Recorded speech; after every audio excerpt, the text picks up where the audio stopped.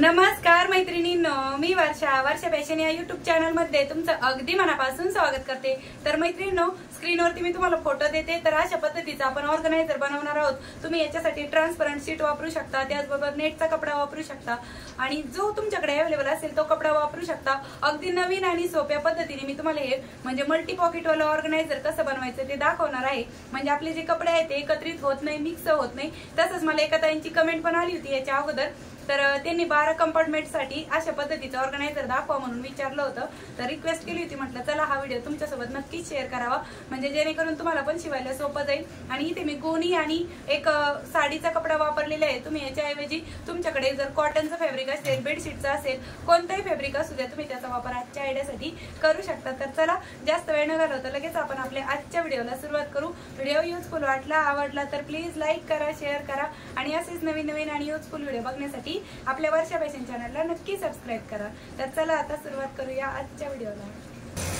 तर मैत्रिणींनो, आजच्या आयडियासाठी मी इथे गोणी आहे ती कट करून घेतलेली आणि त्याचबरोबर साडीचा कपडा पण कट करून घेतलेला आहे, गोणीमुळे जास्त मजबूत राहावं यासाठी। तर याची लांबी रुंदी सांगते। तर बघा 15 इंच लांबी घेतलेली आहे आणि रुंदी घेतलेली आहे 10 इंच। तसं मी इथे पण लिहिलेलंच आहे, तरी तुम्हाला एकदा मोजून दाखवते। 2 पीस आहेत हे बघा। अशा पद्धतीने आपल्याला हे चारही साईडने स्टिच करून घ्यायचे। तुम्ही हवं तर यावरती फिल्टिंग पण करून घेऊ शकता। दुसऱ्या पीसला पण सेम त्याच पद्धतीने मी स्टिच करून घेते आणि मग तुम्हाला दाखवते, ठीक आहे। कडेने पण आणि मध्ये मध्ये पण टिपा मारू। तर अशा प्रकारे मैत्रिणींनो, हा 15 बाय 10 इंचच्या पार्टला आपण हे जे मेन फॅब्रिक आहे ते स्टिच करून घेतलेलं आहे। यावरती मी तिरपे टिपा मारून क्विल्टिंग पण करून घेतलेले आहे। आता दोरा मॅचिंग असल्यामुळे तुम्हाला एकदम व्यवस्थित दिसत नाही, कारण की खालच्या साईडने पण व्हाईट दोरा घेतला मी आणि वरच्या साईडने पण, ठीक आहे। आता यानंतर आपल्याला काय करायचं आहे, या चारही साईडने अशा पद्धतीने डबल फोल्ड करून स्टिच करून घ्यायचं आहे चारही कॉर्नर। तर बघा अशा पद्धतीने क्विल्टिंग केलेल्या पीसवरती मी कडेने डबल फोल्ड करून घेतलेला आहे, म्हणजे जेणेकरून आपले कुठल्याही प्रकारचे धागे आहेत ते बाहेरून निघणार नाही आणि चारही कॉर्नर जे आहेत ना, चारही बाजू त्या फिनिशिंग सहित आपल्या ह्या स्टिच होणार आहेत, ठीक आहे। जसं ह्या फॅब्रिकला आपण म्हणजे 15 बाय 10 इंचच्या कापडाला डबल फोल्ड करून घेतलं चारही साईडनी, सेम त्याच पद्धतीने दुसऱ्या पीसला पण अशाच पद्धतीने आपण चारही साईडने डबल फोल्ड करून स्टिच करून घेणार आहोत, ठीक आहे।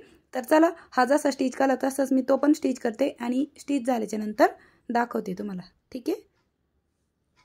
तर अशा प्रकारे मैत्रिणींनो, दुसऱ्या पार्टला पण मी चारही साईडने डबल फोल्ड करून स्टिच करून घेतले आहे। हे दोनही पार्ट आपले रेडी झाले आहे 15 बाय 10 इंचचे। आता हा पार्ट मी जरा वेळ साईडला ठेवते।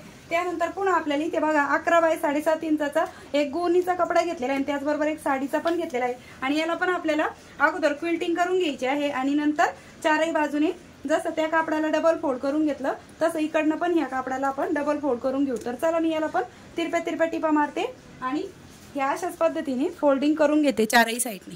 तर बघा मैत्रिणींनो, अशा पद्धतीने 11 बाय 7 इंचच्या पार्टला पण मी अगोदर तिरप्या टिपा मारून क्विल्टिंग करून घेतली आणि चारही साईडने डबल फोल्ड करून स्टिच करून घेतलेलं आहे। आणि अशाच पद्धतीने आपल्याला टोटल डिवायडरसाठी 5 पीस लागणार आहेत। तर बघा, मी इथे अशा पद्धतीने 5 पीस आहेत ते रेडी करून घेतलेले। आता याच्यावरती आपण नंबर पण लिहू। हा आहे आपला 1 नंबर, हा 2, हा 3,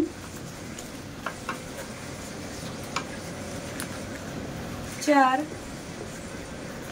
आणि 5।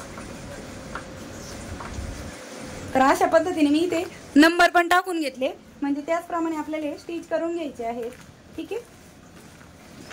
तर बघा, हे सर्वात अगोदर आपण हे जे 15 बाय 10 इंचचे 2 पार्ट आहेत ना ते स्टिच केलेले। तर ह्यावरती आपल्याला हे कसे जोडायचे ते दाखवते मी। तर इथं आपल्याला 2.25 इंचावरती एक मार्क करायचे, म्हणजे 2 आणि वरती 2 लाईन। तर मी तुम्हाला एकदम जवळून दाखवत आहे बघा, 2 आणि वरती 2 लाईन आणि स्क्रीनवरती पण माप दिलेलं आहे, प्लस व्हाईसवर देऊन पण सांगत आहे, म्हणजे तुम्हाला याचं 5 भागामध्ये डिवाइड करायचं आहे। त्यासाठी बघा खालच्या साईडने पण मी इथे पुन्हा 2.25 इंचावरती मार्क करत आहे, म्हणजे आपल्या ह्याच्या लाईन आहेत ना त्या वाकडे तिकडे होऊ नयेत त्यासाठी दोन्ही साईडने आपण इथे मार्किंग करून घेतलेली आहे 5 भागामध्ये डिवाइड। आणि जशी मार्किंग केलेली आहे ना तशीच आपल्याला इथे लाईन ड्रॉ करून घ्यायची, म्हणजे आपल्याला यावरती ते जे पार्ट आहेत ना ते जोडायचे आहेत, तर ते खालीवर होऊ नये किंवा इकडे तिकडे म्हणजे कमी जास्त होऊ नये, त्यासाठी आपण ही लाईन ड्रॉ करून घ्यायची आहेत। अशा पद्धतीने 1 2 3 4 5 भागामध्ये आपण हा जो पार्ट आहे तो डिवाइड करून घेतलेला आहे। आता त्यानंतर इथे जसे आपण क्रमांक दिलेले आहेत ह्या पार्ट वरती बघा, तर 1 नंबरचा पार्ट आहे तो आपल्याला बरोबर अशा पद्धतीने ठेवून घ्यायचा, यावरती स्टिच करायचा आहे। 2 नंबरचा पार्ट पुन्हा ह्या दुसऱ्या लाईन वरती ठेवून आपल्याला स्टिच करायचा आहे, पण वरतून आपल्याला इकडनं कोणत्या एका साईडने वरतून अर्धा इंच खाली आपल्याला हे लावून घ्यायचं आहे। तर मार्क करते मी अगोदर। तर बघा इथे मी 5ही लाईनवरती अर्धा इंचावरती मार्क करून घेत आहे।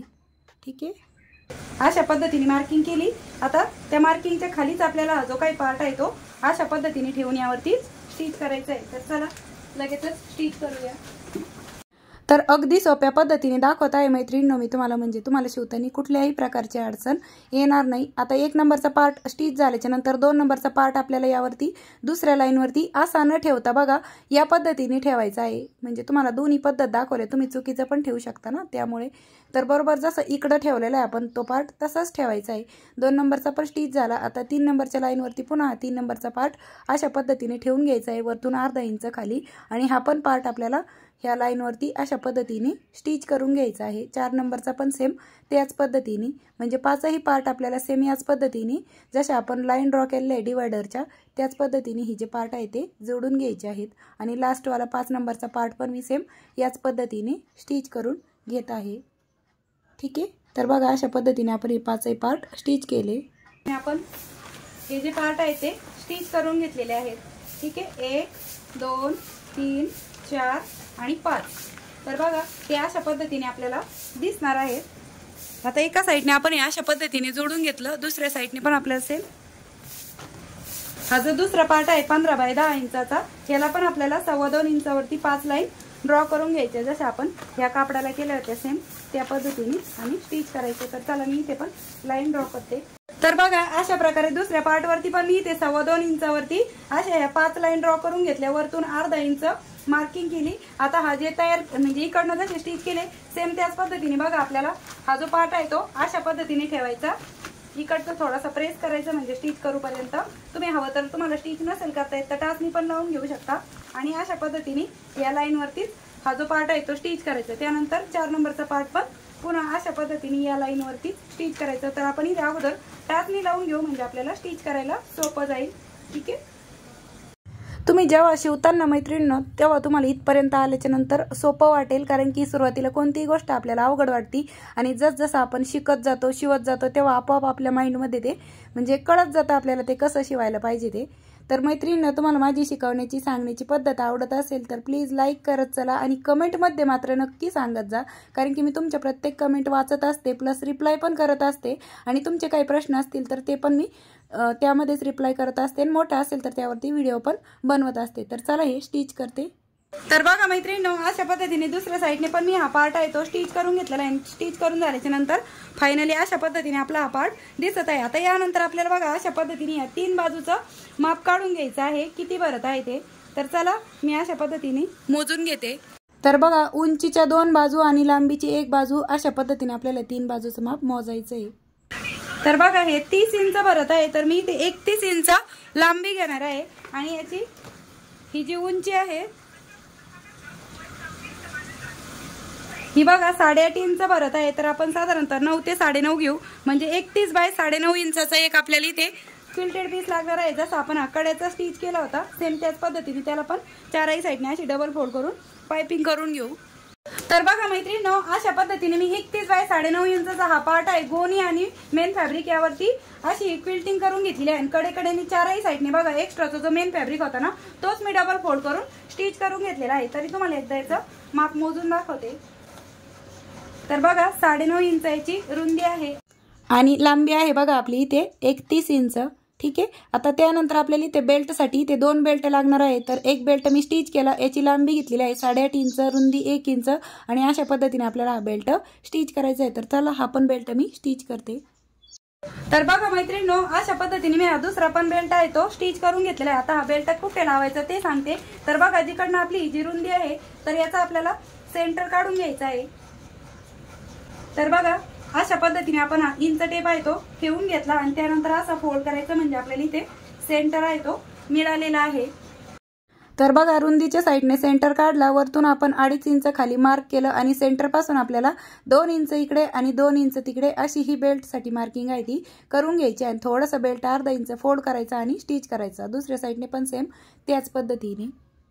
तर बघा मैत्रिणींनो, अशा पद्धतीने आपण हे दोनही बेल्ट आहेत ते स्टिच करून घेतलेले आहे। आता त्यानंतर लांबीनुसार आपल्याला हा जो सेंटर आहे तो म्हणजे सेंटरला मार्किंग करून घ्यायची आहे। तर अशा पद्धतीने आपण हा जो कपडा आहे तो 31 इंच लांबी आहे तिकडनं फोल्ड केला आणि ते मार्किंग करून घेऊ।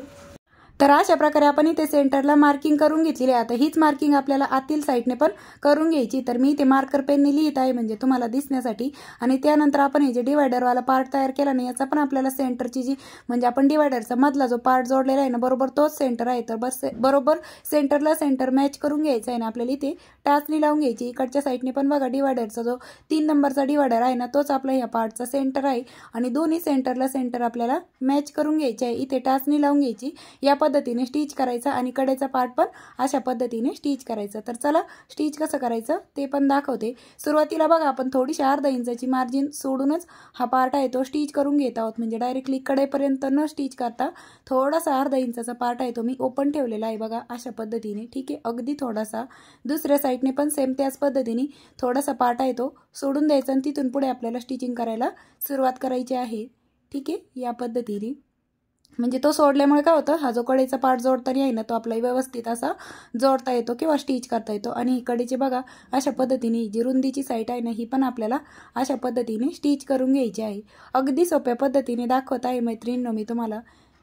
ठीक आहे, तर इकडची साईड पण सेम आपण त्याच पद्धतीने जोडून घेऊया आणि सावकाश दाखवलेला आहे म्हणजे तुम्हाला समजावं यासाठी। तर याच पद्धतीने दुसऱ्या साईडच्या पण राहिलेल्या ज्या 2 बाजू आहेत ना त्या पण सेम आपण याच पद्धतीने स्टिच करून घेऊया। तर चला मी हे पण स्टिच करते।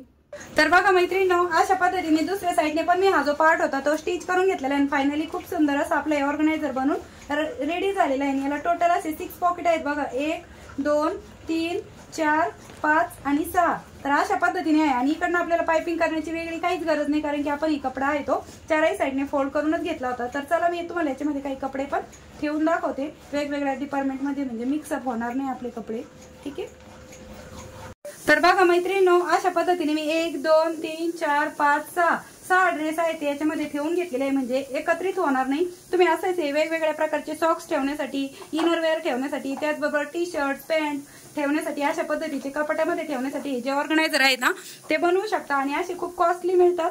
तर तुम्ही नक्कीच अशा पद्धतीने घरच्या घरी बनवू शकता आणि हे तुम्ही धुवून पुन्हा पुन्हा वापरू शकता। वॉशेबल आहे आणि जास्त दिवस टिकेल कारण की मजबूत आहे। आपण इथे गोणीचा वापर केलेला आहे त्यामुळे सांगते वर्षानुवर्ष टिकणारं अशा पद्धतीचं आपले ऑर्गनायझर आहे ते बनवून रेडी झाले आहे। त्याचबरोबर अशा पद्धतीने मी इथे हँडल पण दिलेलं आहे जे की कॅरी करायला अगदी कम्फर्टेबल आहे।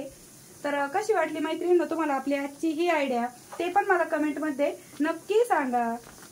आणि वेळात वेळ काढून तुम्ही आपला आजचा हा व्हिडिओ इथपर्यंत बघितलात त्याबद्दल तुम्हा सर्वांचे खूप मनापासून धन्यवाद। भेटूया पुन्हा नेक्स्ट व्हिडिओमध्ये, तोपर्यंत bye bye. Thanks for watching. Shri Swami Samarth. जय जिजाऊ, जय शिवराय। आणि याचं शिवून तयार माप किती राहिलेलं आहे ते पण सांगते। तर बघा उंची आहे आपली 8.5 इंच आणि रुंदी आहे 13.5 इंच। तर 8.5 बाय 13.5 इंचाचा हा अशा पद्धतीचा आपला ऑर्गनायझर आहे ते बनून रेडी झालेला आहे। आणि जाता जाता लाईक करा, शेअर करा आणि असेच नवीन नवीन आणि युजफुल व्हिडिओ बघण्यासाठी आपल्या वर्षा फॅशन चॅनलला नक्की सबस्क्राईब करा।